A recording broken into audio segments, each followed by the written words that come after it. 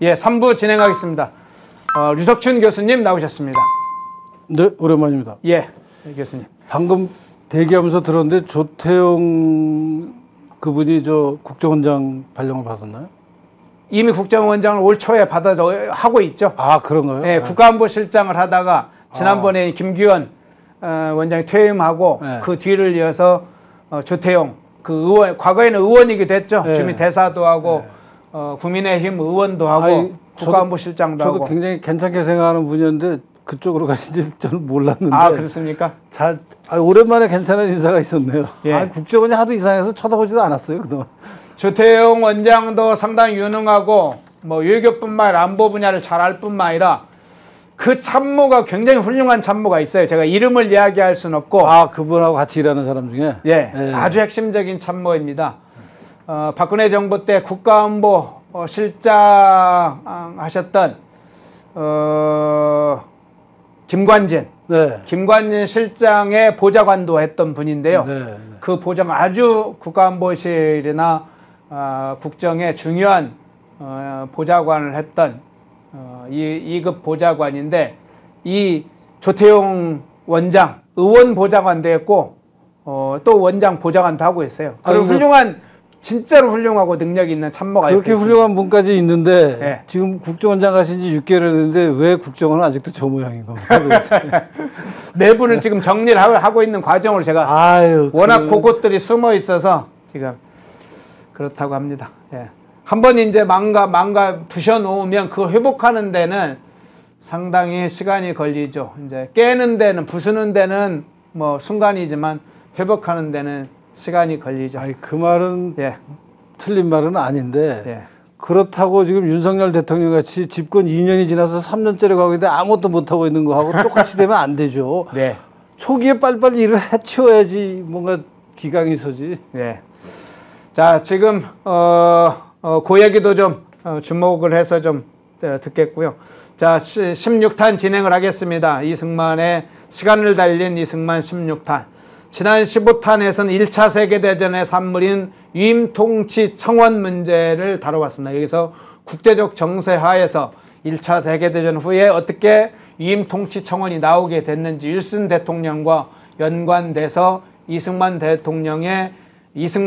위임통치 청원 문제 다뤄봤는데요. 자, 16탄에서는 미주에서 외교 독립운동을 했던 이승만이 국내 3.1운동에 미친 영향, 특히나 3.1운동을 기획하는 데 주도적 역할을 했다, 이런 연구 결과도 있기 때문에 이 문제를 다뤄보겠습니다. 1919년 3.1운동에 이승만이 미친 영향 혹시 시청자 여러분 생각해 보시고 들어보셨습니까? 보통 뭐 다른 여러 가지 이야기가 있습니다. 오늘 그 부분을 한번 좀 집중적으로 다뤄보려고 합니다. 그런데 먼저 이 문제 다루기 전에요, 이 질문부터 좀 드릴게요. 유엔군 참전의 날이 있었지 않습니까? 네. 지난 27일이 6.25 전쟁 참전했던 유엔군 용사들을 기리는 유엔군 참전의 날이었고 기념식이 거행이 됐는데, 이 유엔군, 지금의 유엔군 참전의 날엔 어떤 의미가 있을까요? 지금 와서요? 예. 저는 여전히 그 굉장히 중요한 의미를 갖고 있다고 생각합니다. 그러니까 유엔이라는 게 2차 대전의 산물로 생긴 국제기구거든요. 2차 대전 이후에 국제 질서를 관리하는 기구로 이제 미국이 제안을 해서 유엔을 만들었고, 그래서 만들어진 유엔의 첫 구체적인 액션이 한국전 참전이었고, 소련을 포함한 아주 소수의 공산권 국가를 제외하고는 그 당시 한국을 도와서 자유를 지켜줘야 된다라는 게 세계 여론의 큰 흐름이었거든요, 그때. 그 흐름을 타고 우리가 도움을 받아서 나라를 지켜서 어렵게 노력해서 50년 후에는 지금 세계 10위권 국가로 진입을 했으니까 당연히 그런 우리의 성장에 결정적인 어떤 계기를 만들고 모멘텀이 됐던 유엔의 한국전 참전을 우리가 기리고 중요하게 생각하고 그 나라들하고는 좀 각별한 외교적인 그 관계도 계속 유지하고, 마치 우리가 미국의 도움으로 미국이 우리나라 젊은이들을 불러서 무슨 유학생 뭐 특별한 어떤 교육 프로그램들 있잖아요. 네. 뭐 전문가로 키워주는 그런 식의 프로그램을 그런 나라들하고 이제 가동해서 좀 관계를 돈독히 해야 될 때가 저는 지금이라고 생각하고요. 옛날에는 기억하시겠지만 유엔데이라고 해서 예. 10월 24일이든가. 아, 유엔데이가 따로 있었어요? 있었습니다, 옛날에는. 네.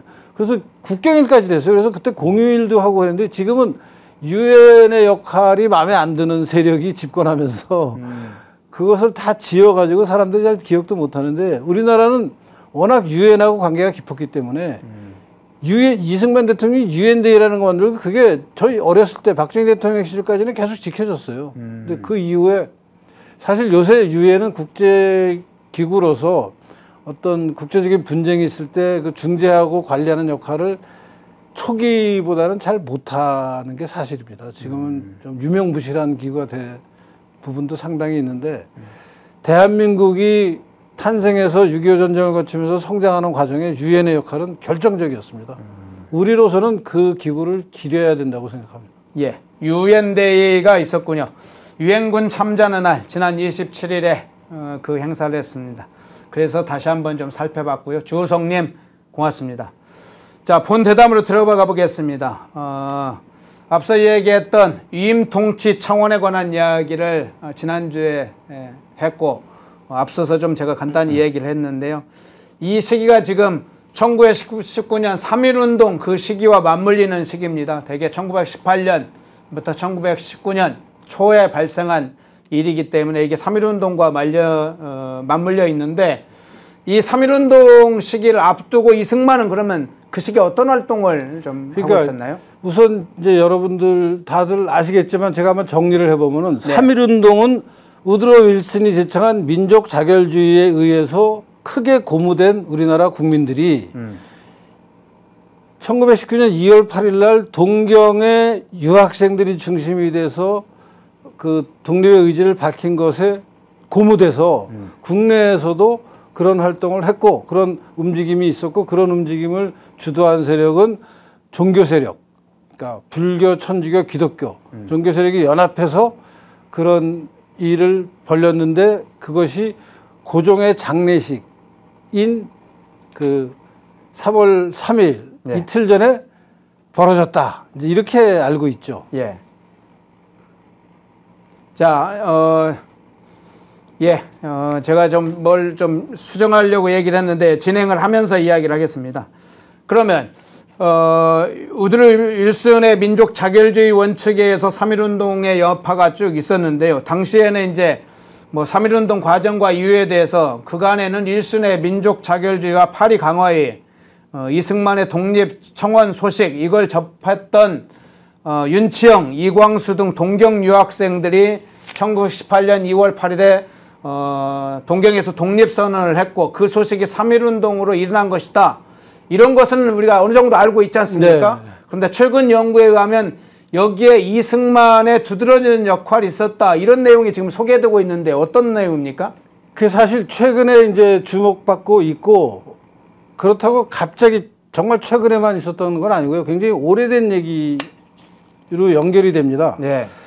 1949년에 우리가 잘 아는 시인 서정주 선생이 이승만 전기를 썼습니다. 그 책에도 이런 얘기가 나오고 1985년 인촌 김성수 사상과 일화라는 그 최기중 선생이 쓴 인천에 관한 전기에서도 이런 얘기가 나오고 1996년 유영익 선생이 쓴 이승만의 삶과 꿈에도 그런 얘기가 나오고 또 2015년에 정가원 목사가 쓴 이승만의 분노라는 책에서도 3.1운동의 배후에 이승만이 있다라는 얘기가 나오고 1919년 그 기독교 학자죠, 신학자죠, 신학을 전공하신 분이죠. 이상규 교수가 3.1운동 기독교 참여에 관한 논문을 썼는데 거기에서도 그 얘기가 나오고 가장 최근에는 MBC PD 출신으로 지금 맹렬한 그 언론개혁 활동을 하고 있는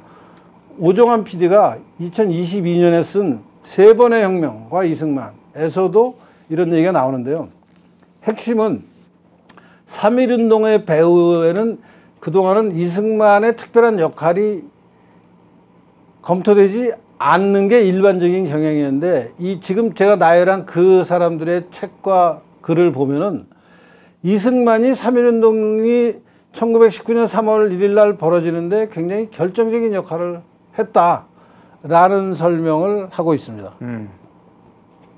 결정적인 역할을 했다. 거기까지 일단 이승만의 활동을 좀 두드러지게 확인을 해볼 수 있네요.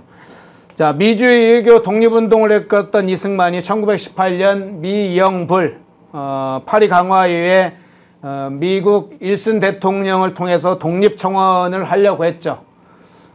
동시에 이제 국내에서는 거국적인 대중운동을 일으켜 줄 것을 여운홍과 미국인 선교사 등을 통해서 국내에 있는 송진우 등을 포함한 국내 민족 지도자들에게 전달하려고 해서 3.1운동이 일어났다. 주요한 역할을 했다. 바로 그 얘기입니다. 예. 요걸 좀 증거할 수 있는 추가적인 문서나 증거들이 지금 확인되고 있습니까? 그러니까 그런 그 증거들을 가지고 제가 지금 설명드린 책 6권인가요? 그 6권에 그런 얘기들이 쭉 나열이 됩니다.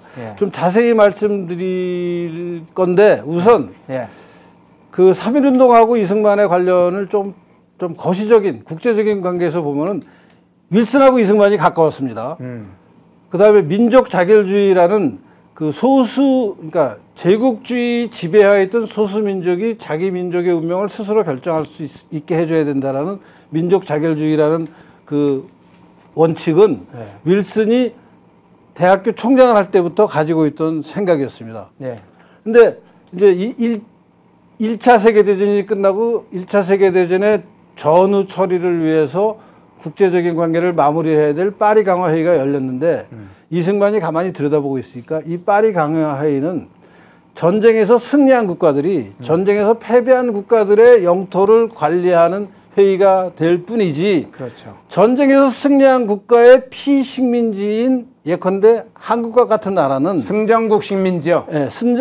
승전국 식민지인 한국과 같은 나라는 민족 자결을 할 기회가 별로 안 생길 것 같다라는 정세 판단을 할 수밖에 없는 거예요. 이승만은 국제정치의 대가였으니까 그때 이미 이 우드로 윌슨이 얘기하는 민족 자결주의, 그때 국제연맹이라는 국제기구가 얘기하는 이 민족 자결주의라는 게 패전국에만 적용이 되고 승전국에는 적용이 안 될 것 같다.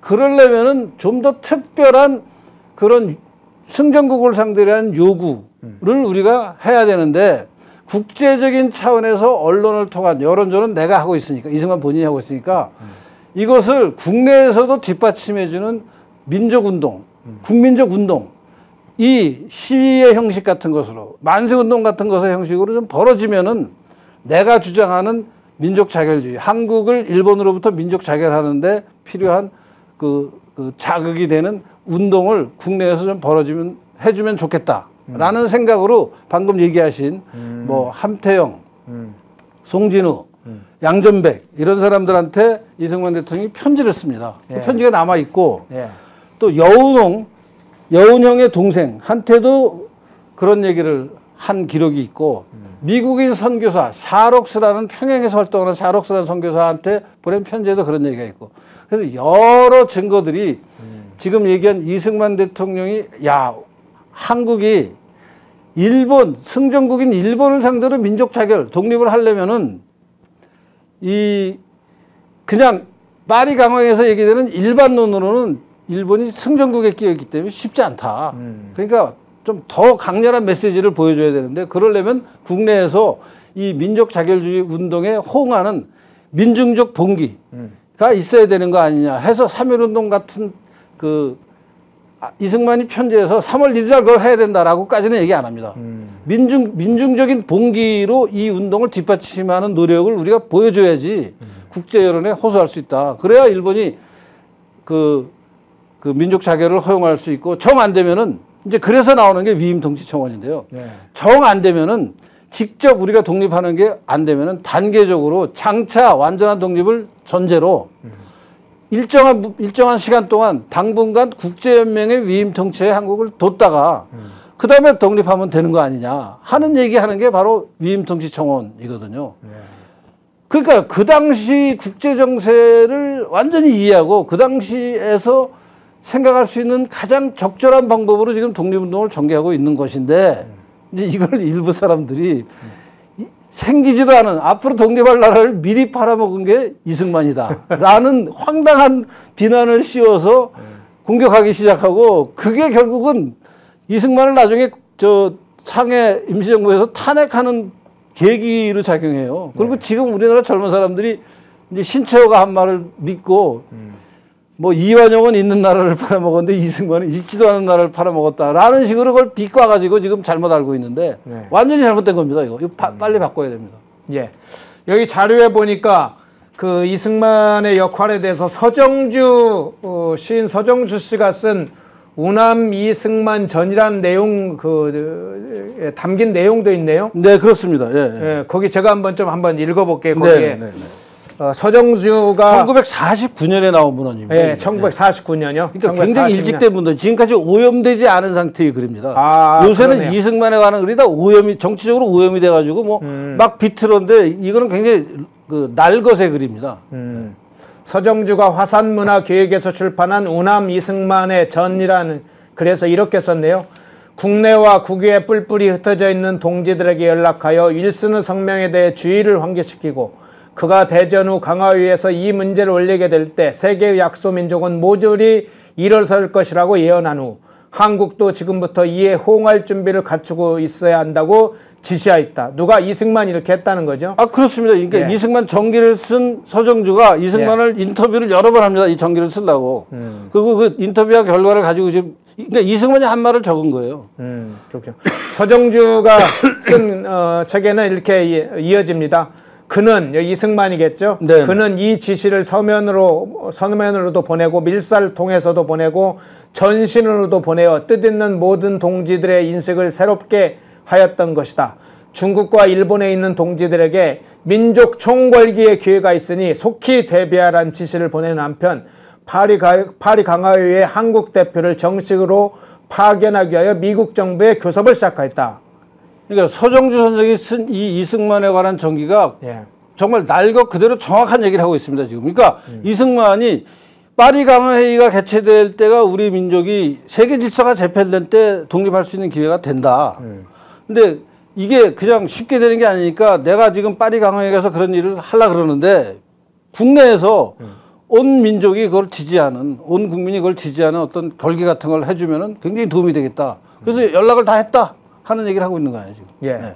그러면 그간 이제 3.1운동에서는 주로 뭐 얘기를 할 때 이승만의 직접적인 역할을 그간에는 제기한 바가 별로 없고 최근에 연구에서 나왔고요. 아니, 그러니까 이 화산 출판사에서 나온 서정주가 49년인데. 그러네. 이미 나와 있었네요. 오래 있는데 주목을 안 하는 거예요. 그러네요. 그러니까 이런 얘기가 지금 한두 개 가지고 아까 이게 제가 6개 잠시 어디 갔다 온 사이 6개 책을 제가 문헌을 얘기를 했는데 이미 다 있는데 지금 요새 이 3.1운동을 해석하고 이승만을 해석하는 사람들이 그걸 활용해서 그걸 그럼 갖다 붙이고 연결을 시켜서 이 프레임이 이렇게 되는 거였구나 하는 걸 분석해야 되는데 있어도 무시하고 그냥 이승만을 빼는 거예요. 그냥 이승만이 한 것은 잘한 것도 비틀고 잘한 것도 없애버리면서 계속 지금 문헌들을 생산하는 과정이 몇십 년 계속되면서 49년 서정주 문헌이 완전히 파묻혀서 아무도 몰라요. 아무도 안 읽고 있어요 지금. 그러면 그간의 외교 독립운동과 관련해서는 기록들도 있고 신간사적들도 많이 나왔는데 그간에 그러면 이 외교 독립운동에 그러니까 외교적 방식의 어떤 외교운동 외에 이런 직접 걸기하는 방식의 대중적 독립운동 3.1운동 같은 이런 운동이 국내 민족 지도자를 통해서 제기됐고 또 그 국내 민족주의자들이 이로서도 이승만이 역할을 했다. 이 부분을 왜 그동안 알려지지 않았을까요? 알려지지 않은 게 아니라니까요. 이미 그거를 알리는 문헌들이 이렇게 쭉 많은데 그것을 사람들이 관심을 안 뒀다. 관심을 뭐 좋게 말하면 관심을 안 둔 거고 나쁘게 말하면 덮어버린 거예요. 그냥. 덮어버렸다. 사실은 이승만을 비하하고 덮으려고 하니까 국내 사실은 국사학자들도 자료가 뻔히 있는 거 아니면서 연구를 안 하고 발표를 안 했고 발표를 안 하고 그걸 연결시켜서 이렇게 프레임으로 만들질 않고 이승만이 그거 한 건 아예 신경을 사람들이 안 쓰도록 만들어서 이제 예컨대 저 같은 사람이 공부를 좀 해보니까 이런 게 보이는 거예요. 그럼 이걸 막 떠들어야 되잖아요. 야, 그래서 이승만이 3.1운동에 결정적인 역할을 한 거 아니야? 맞잖아. 이런 얘기를 해줘야 되는데 아무도 안 한 거예요, 그동안. 몇 분이 했죠. 지금 제가 열거한 몇 분이 그런 얘기를 했습니다. 서정주, 네. 또 유영익, 전광훈, 이상규, 오정환 이런 사람들이 얘기를 했는데 파편화돼서 이분들의 얘기는 그냥 지나쳐버리고 무시당하고 그냥 그동안 계속 3.1운동은 그냥 이승만하고 상관없이 그냥 국내에서 그냥 자발적으로 일어났다라는 식으로 얘기만 하고 있었죠. 네. 사실은 이승만이 굉장히 그 3.1운동 같은 저 민족적 걸개를 위해서 여러 가지 저 애쓴 기록이 다 남아 있습니다. 예, 사진 한 장 혹시 띄워줄 수 있으면 파리 강화회의 이승만과 비슷한 취지로 대동소이한 위임 통치를 청원한 그 사진이요. 신한청년당 대표단을 관련된 사진, 저 사진이 그 사진이라고 알려져 있네요. 그간에 파리 강화회의 이승만이 위임 통치를 청원했다 이런 건 다 알려졌는데 저 사진을 보니까 다른 사람들도 비슷한 뜻으로 위임 통치를 제안했나 보네요. 그러니까 저 사진을 보면 김규식이 그 오른쪽 끝에 지금 앉아 있는 사람 중에 제일 오른쪽 끝이 김규식의 청년 시절 모습입니다. 네. 나이 들 때 모습하고 좀 비슷하죠. 김규식이 파리에 가서 위임 통치 청원을 해요. 내용이 똑같아요. 이승만이 얘기한 거하고 그거를 문헌으로 기록이 다 남아 있어요. 그러니까 김규식의 위임 통치 청원 원문, 이승만의 위임 통치 청원 원문이 다 국문 영문으로 오리지널 버전이 국영문이 다 있어요. 그대로 남아 있어서 사실은 이 내용이 얼마나 갖고 다른지를 비교 검토할 수 있고 그 비교 검토한 학술 논문도 있어요. 그걸 보면은 두 개가 다를 게 없어요. 그리고 핵심 내용은 뭐냐면은 장차 한국의 완전한 독립을 위하여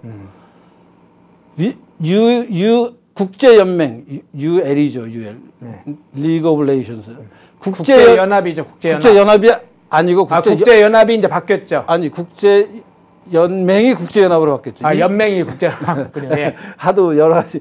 그러니까 1차 세계대전이 끝나고 생긴 국제기구가 국제연맹이고 1차 세계대전이 끝났을 때 얘기니까 지금 장차 한국의 완전한 독립을 전제로 필요하면 UL이 국제연맹이 한국을 당분간 위임 통치한 다음에 독립시키는 것을 청원한다. 라는 거예요.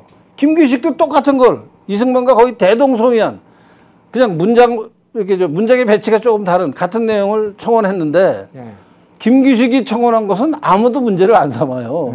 이승만이 청원한 것만 온갖 사람들이 다 시비를 걸면서 아까도 제가 얘기했던 신채호 같은 사람이 아니 없는 나라를 이승만은 지금 앞으로 생길 나라를 팔아먹었다. 이완용은 그나마 낫다 이승만보다. 왜냐하면 있는 나라를 팔아먹었으니까. 야, 이 말도 이런 완전히 참 광우병 소고기 괴담보다 더 심각한 괴담을 만들어냈습니다. 신채호가 그때. 여러분이 아는 신채호 무슨 우리나라 역사학의 대가고 무슨 어쩌고저쩌고 중요한 역할을 많이 했다는데 나중에 정치적인 역할을 하면서 이렇게 망가져 버려요, 신채호가. 완전히 망가집니다. 네. 자, 세드라이님이 이승만에 대해 사실대로 쓴 서정주 문헌이라는 것도 있군요. 참 처음 듣네요. 그때부터 다 좌익들이 판을 쳤다니 기가 막힌 내용. 뭐 그런 좋은 댓글 감사합니다. 관련된 내용 댓글 써주시면 가능하면 제가 보고 읽어드리도록 하겠습니다. 방금 말씀하신 김규식, 그다음에 여운형의 동생 여운홍, 여러 사람들이 그러면 조소왕, 이런 인물들이 이승만의 위임 통치 청원과 거의 내용이 동일한 위임 통치 내용을 파리 강화회에서 내려고 했다. 네, 아까 보신 사진에 지금 얘기하신 인물들이 다 등장합니다. 여운형의 동생. 다시 사진 한번 보여주시겠습니까? 예, 저 사진에 한번 그 사진. 네. 소개를 한번 저 사진을 그러면 주요한 인물만 소개를 해주세요. 네, 앞줄 오른쪽 끝이 앉아 있는 사람이 김규식이고요. 예. 앞줄 왼쪽 끝이 여운형의 동생 여운홍입니다. 예. 그리고 뒷줄 왼쪽에서 두 번째 키가 약간 작은 사람 예. 이 이관용이고 여성과 여성 사이에 있는 그분이요. 예. 셋째가 조수왕이고 그 옆에 저 넥타이 메고 검은 양복에 예. 그러니까 신한청년단의 멤버들로 파리에 직접 갔습니다. 이 사람들은. 이승만은 갈라 그러다가 여권 문제가 해결 안 돼서 못 가요. 가서 직접 이런 얘기를 했는데 그 사람들 얘기는 우리 국민들이 모르잖아요. 저런 얘기 했는지. 그렇죠. 문제를 안 삼아요.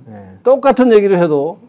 그 다음에 이승만이 하면은 문제를 삼아서 말도 안 되는 공격을 해서 그냥 파묻어 버려요. 이게 오늘날의 일이 아닙니다. 지금 벌써 몇십 년 전부터 이러고 있습니다. 네. 주홍빛님, 대한민국 역사 편찬 새로 해야겠어요. 새로 해야 됩니다. 예, 불타는 감자 좌파들도 인정한 이승만을 위하여. 그렇죠. 사회민주주의 성향을 가지고 있는 분들도 일부 이승만의 과거 역사, 건국의 위대함 이런 걸 인정하는 분들도 있죠. 그런데 사실은 이제 좌파가 이승만을 인정하는 순간 그 사람은 좌파 이념을 유지하기가 어렵습니다. 대한민국 현대사회를 정통을 보다 보면 좌파가 될 수가 없고 우파가 되거나 최소한 중도 성향이라도 이동을 하죠. 그 말은 맞죠? 아, 그거는 제가 보니까 우리 허 국장님이 본인의 겪은 그 아주 절실한 심경의 변화를 지금 전하신 것 같습니다. 아, 실제 그렇습니다. 이 대한민국 역사를 보고 있으면 좌파가 한국이 오늘날 이렇게 성공하는데 뭘 기여했나는 생각이 들어요. 전부 다 안 된다고 발목만 잡았던 사람들이에요. 네. 진짜 그렇습니다. 네. 그럼 앞서 얘기했던 이런 많은 인물들이 이제 특히 물론 이승만 대통령 임통치청원이 가장 중요하고 결정적인 역할을 했지만 왜냐하면 일순 대통령한테 그걸 전달하기도 했으니까요. 했지만 어쨌든 임통치청원 했던 여러 사람 중에 이승만만 공격을 하는데 신채호가 앞서 말씀하신 것처럼 이완용보다 더한 매국노다 이렇게 비난을 했잖아요. 네. 아주 그러니까 뭐 미국산소는 광우병 뭐 이런 식의 비난이죠. 네. 근데 말도 안 되는 게 지금 광우병의 본질이잖아요. 네. 저것도 말이 안 되는 거예요. 그러니까 네. 우선 이승만이 나라를 팔아먹은 게 아니에요, 지금. 네. 그 당시 주어진 국제 여건 상황, 객관적인 국제적인 상황 안에서 한국은 일본의 식민지였어요. 1910년에 완전히 식민지가 됐고 1905년부터 식민지와 다름없는 나라가 돼서 이미 10년, 15년이 지나가지고 1919년이 됐는데 그 1919년 아직 3.1운동은 일어나지 않았고 구체적으로 그 상황에서 이승만이 야, 내가 굉장히 가까워 개인적으로 하고 우드로 윌슨이 지금 미국 대통령이야. 미국 대통령이 파리 강화의 가장 핵심적인 인물이야. 파리 강화에서 우드로 윌슨이 민족 자결주의를 얘기할 거야. 그럼 그 민족 자결주의가 뭔지 난 너무 잘 알고 있어. 그리고 이승만하고 그 얘기를 한국을 그 논리로 독립시켜야 된다고 그 얘기를 막 내가 논쟁하면서 다투면서 설득하고 그랬던 사이잖아요. 네. 그러니까 이승만이 야, 그러면은 지금이야말로 윌슨을 설득하고 국제사회를 설득해서 한국을 일본의 식민지로부터 떼어내서 국제연맹이 5년이면 5년 위임 통치를 한 다음에 독립하도록 하자 하는 한국 독립의 방향을 생각하는 게 너무나 훌륭한 전략이고 보통 사람은 생각할 수도 없는 국제 정치를 정말 잘 아는 핵심을 아는 사람이 생각할 수 있는 전략이거든요. 그거를 지금 개뿔도 모르는 신채호가 정말 아니, 개뿔까지는 그렇고요. 아니 우물 속에 신채호를 읽으면요 이 사람은 네. 정말 우물 속에 맞으면 이 중화 사상에 찌들은 사람이에요. 그러니까 국제적인 안목이 전혀 없습니다. 그다음에 뭐 하여튼 그 신채호가 이승만을 보고 지금 이완용은 있는 나라를 팔아먹었는데 이승만은 앞으로 생길 나라를 미리 팔아먹었다. 왜냐하면 위임 통치청원을 했기 때문에. 아니 식민지를 국제연맹에 위임 통치하겠다는 게 왜 팔아먹은 겁니까? 그게 독립으로 가는 중요한 중간 단계가 되는 거죠. 신채호의 안목이 이 정도예요. 네. 신채호를 영웅으로 삼는 민족주의 민족주의도 사실은 허울뿐인 민족주의이긴 하지만 그 민족주의의 국사학자들 있죠. 신채호를 숭앙하는 그 계열이 좀 쭉 있었지 않습니까? 아니, 지금까지 국사학계를 지배하고 있어서 이 국사학계를 완전히 갈아엎어야 됩니다. 지금 정말 문제가 심각합니다. 예. 허한님, 저들은 자유민주주의를 부정하는데 이승만 전 대통령 업적을 좋아할까요? 예, 의견 주셨고요. 샤프라님, 미당 서정주, 한 송이 국화꽃을 키우기에 봄부터 소쩍새는 그렇게 울었나 보다. 예, 그렇게 주셨고요. 천생님, 이 글을 읽어주세요. 그랬네요. 이 글을 읽어주세요. 이승만은 우리나라의 모세와 흡사합니다. 이렇게 읽어달라고 하셨네요. 주웅빛님, 이승만 대통령 업적이 얼마나 많은데요. 예, 고맙습니다. 네. 마지막으로 이 질문 좀 해야 되겠네요. 오늘 대답이 이제 국제 정세를 간파한 이승만이 3.1운동에 어떤 영향을 끼쳤는지 이 부분을 좀 살펴봤잖아요. 아까 그 사진 중에 그걸 안 보여주신 것 같은데. 예, 사진 하나 볼까요? 3.1운동. 예. 아까 그 사진 중에 안 보여준 하나의 사진. 예. 요 사진은 3.1운동에 참여했던 민족주의 지도자들과 관련된 지금 저 명단인 것 같습니다. 한번 저거 한번 소개를 좀 해주시겠어요? 저게 지금 이제 3.1운동을 주도한 33인, 민족대표 33인의 그 구성인데 지금 저 화면에서는 마지막에 후원 계좌 때문에 불교 대표 2명이 안 보입니다. 네. 그러니까 지금 후원 계좌 때문에 후원 네, 계좌 지금 보이네요. 한용운이 밑에 보이네요. 네. 그러니까 저 34인이 지금 3.1운동을 주도한 우리 민족 대표로 우리가 알고 있는 사람들인데 저 사람들을 이렇게 따르는 그분들이 믿는 종교로 분류를 하면은 기독교가 압도적으로 많더라고요. 네. 그러니까 불교가 2명이고 뭐 여러분 잘 아는 그 한용운 선생도 저기 있고 천도교가 15명이고 철도교가 숫자로 꽤 되죠. 근데 기독교를 보면 전부 16명입니다. 숫자가 16명이고 전부 목사들이고 이분들이 그 3.1운동 때문에 일제로부터 받은 처벌이 전부 징역 2년 뭐 이렇게 엄청난 무거운 처벌을 받았습니다. 다른 말로 하면은 3.1운동이 그만큼 결정적인 역할을 했다는 거고 저렇게 3.1운동에는 우리나라 기독교의 영향, 기독교 영향이라는 게 결국 뭐냐면요. 이승만 대통령이 대통령 되기 전이죠, 물론. 미국에서 유학하고 한국에 와서 저 YMCA 일을 하잖아요. 그러면서 젊은 사람들을 엄청 찾아내면서 전도하고 그때 우리나라 기독교 신자들이 굉장히 늘어납니다. 이승만 대통령의 활동과 그 당시 YMCA 적극적인 활동으로 청년들을 많이 교합하고 지식인들을 많이 교합하고 교세가 많이 늘어나고 그래서 기독교 역사를 연구하는 사람들 말로는 그 당시 기독교의 영향력이 우리나라에서 굉장히 급격하게 성장한 그 단계였다고 말씀을 하고 그 사람들이 지금 이 3.1운동을 일으키는 주된 역할을 하게 되는 겁니다. 그때 관계한 사람들, 전국에 퍼져 있는 교회 조직이 참여해서 지금 온갖 교회의 목사님들이 관여하고 있습니다. 장로교회 또 감리교회 목사들이. 이 사실도 이승만이 기독교와 관련이 많은 이승만이 3.1운동을 주도하는데 결정적인 배경이 된 걸로 얼마든지 우리가 고려할 수 있는 요소죠.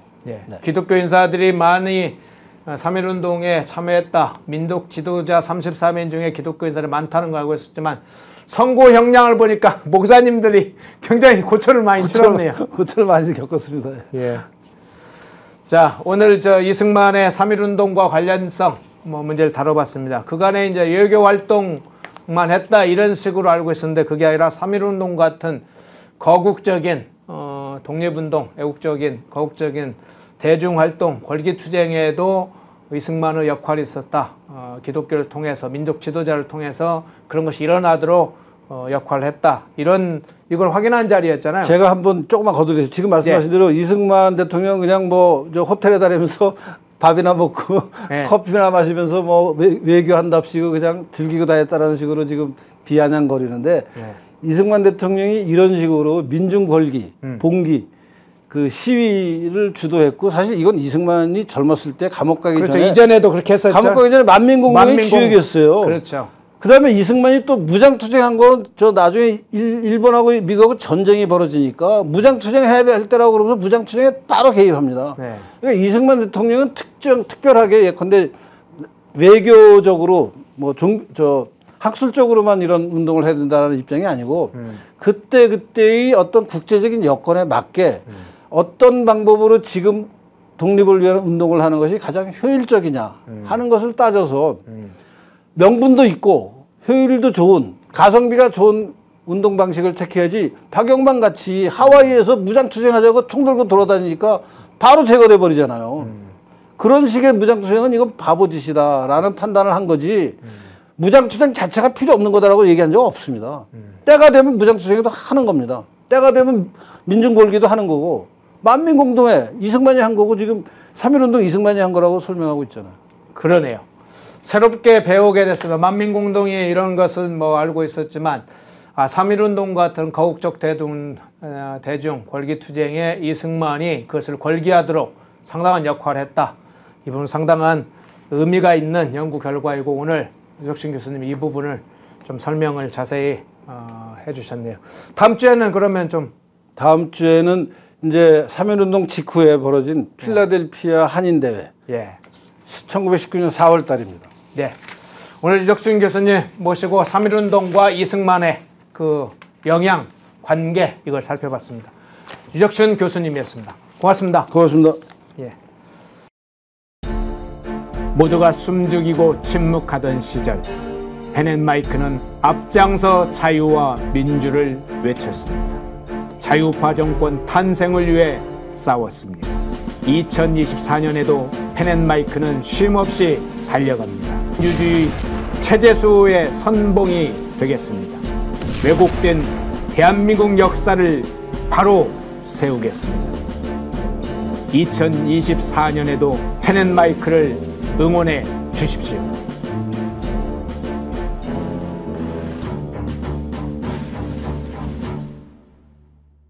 인터넷 검색창에 펜앤마켓을 검색해주세요.